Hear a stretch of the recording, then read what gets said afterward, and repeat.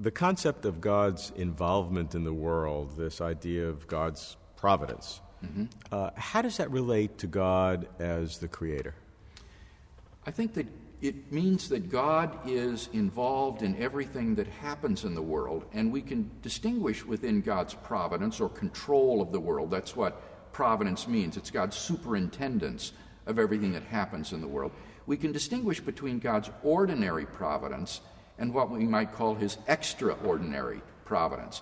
His ordinary providence would be his governance of the world through the instrumentality of natural causes and natural laws. Which God is involved in, though. Yes. In sustaining as a primary cause. Yes, that's right. That's right. It's not as though he's uninvolved, but nevertheless, it's a purely natural sort of activity. And then his extraordinary providence would be God's bringing about events which lie beyond the productive capacity of natural causes. And these we would call miracles. And you believe in those? Yes, I think that it's very clear that if you have the concept of a being who is the creator and designer of the universe and who has therefore decided which natural laws govern the world, that they lie within his power, and that therefore such a transcendent being could easily produce events in the natural world which lie beyond the capacity of natural causes. I think anybody would agree with the following of that logic. However, the argument would be, does that mean there was an imperfection in how God designed the natural law if he has to intervene to change that natural law? I don't think we should think of miracles as changes in natural laws. Natural laws describe what will happen given that there are no interfering factors. Fine. They are idealizations of what will happen under ideal conditions without the intervention of natural or supernatural agents. So a miracle shouldn't be conceived as breaking the natural law. That is, I think, an improper concept of natural law, and it's psychologically prejudicial as well. It connotes a sort of divine rape of Mother Nature, akin to violating a civil law, to say a miracle is a violation of the natural laws. Well, how do you define it? I would say a miracle is an event that occurs which is beyond the productive capacity of the natural causes at that time and place. Sounds like you're a good lawyer saying the same thing. No, it's not, because I'm not saying he breaks the natural laws. The natural laws hold, but God is able to produce events which the natural causes themselves don't have the capacity to bring about. It's beyond their power to bring about, but it's obviously not beyond God's power. And as you say, given that there's a transcendent creator, the odd miracle for that kind of a being would be child's play. No one doubts the logic of that. Just one wonders why God had to design a system that he has to tinker with it to change the molecular structures here and there. Couldn't it have been a nicer flow if it was designed nicely from the beginning? Well, I think it's very important to understand the purpose of miracles. Miracles are not meant to be adjustments to the natural world to rectify imperfections.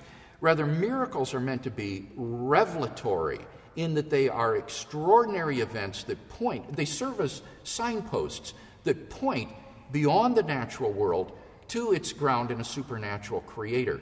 So, for example, when Jesus of Nazareth performed miracles, he presented these as signs of the inbreaking of God's kingdom in his person, so that his miracles were not meant to be adjustments to an imperfectly operating machine. Rather, they were revelatory. They were signs that God's kingdom was breaking into human history at this point. How come I haven't seen any? Well, that maybe you haven't been looking in the right places. I do think I've come to you. All right. I think that God still is about the business of doing miracles today. But just doesn't care about me. Well, no, he cares about you. I mean, this is getting to a very personal level. I do think that God can do miracles today in people's lives. But I also think, and this gets back to this area of ordinary providence, that God can be operative in your life and answer your prayers without having to bring about miracles through his ordinary providence. And the key here is to remember that God, as an omniscient being, would know what any free person would freely do in any set of circumstances that he created them in. so that God can arrange for things to happen in the world without having to intervene miraculously or tinker in it, by simply setting up the circumstances and the agents in advance, so that when the time comes, the relevant events will transpire, perhaps in answer to a prayer or something of that sort, without any kind of miraculous intervention whatsoever.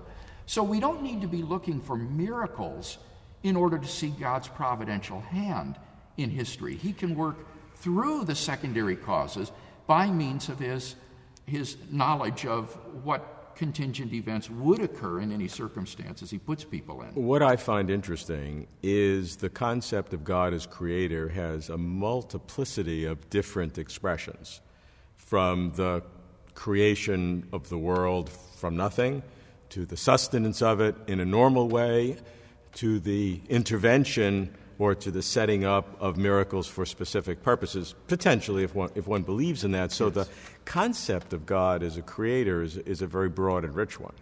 It really is. It's more than just bringing things into existence. It's the initial act of creation of the world out of nothing, of all reality exterior to God.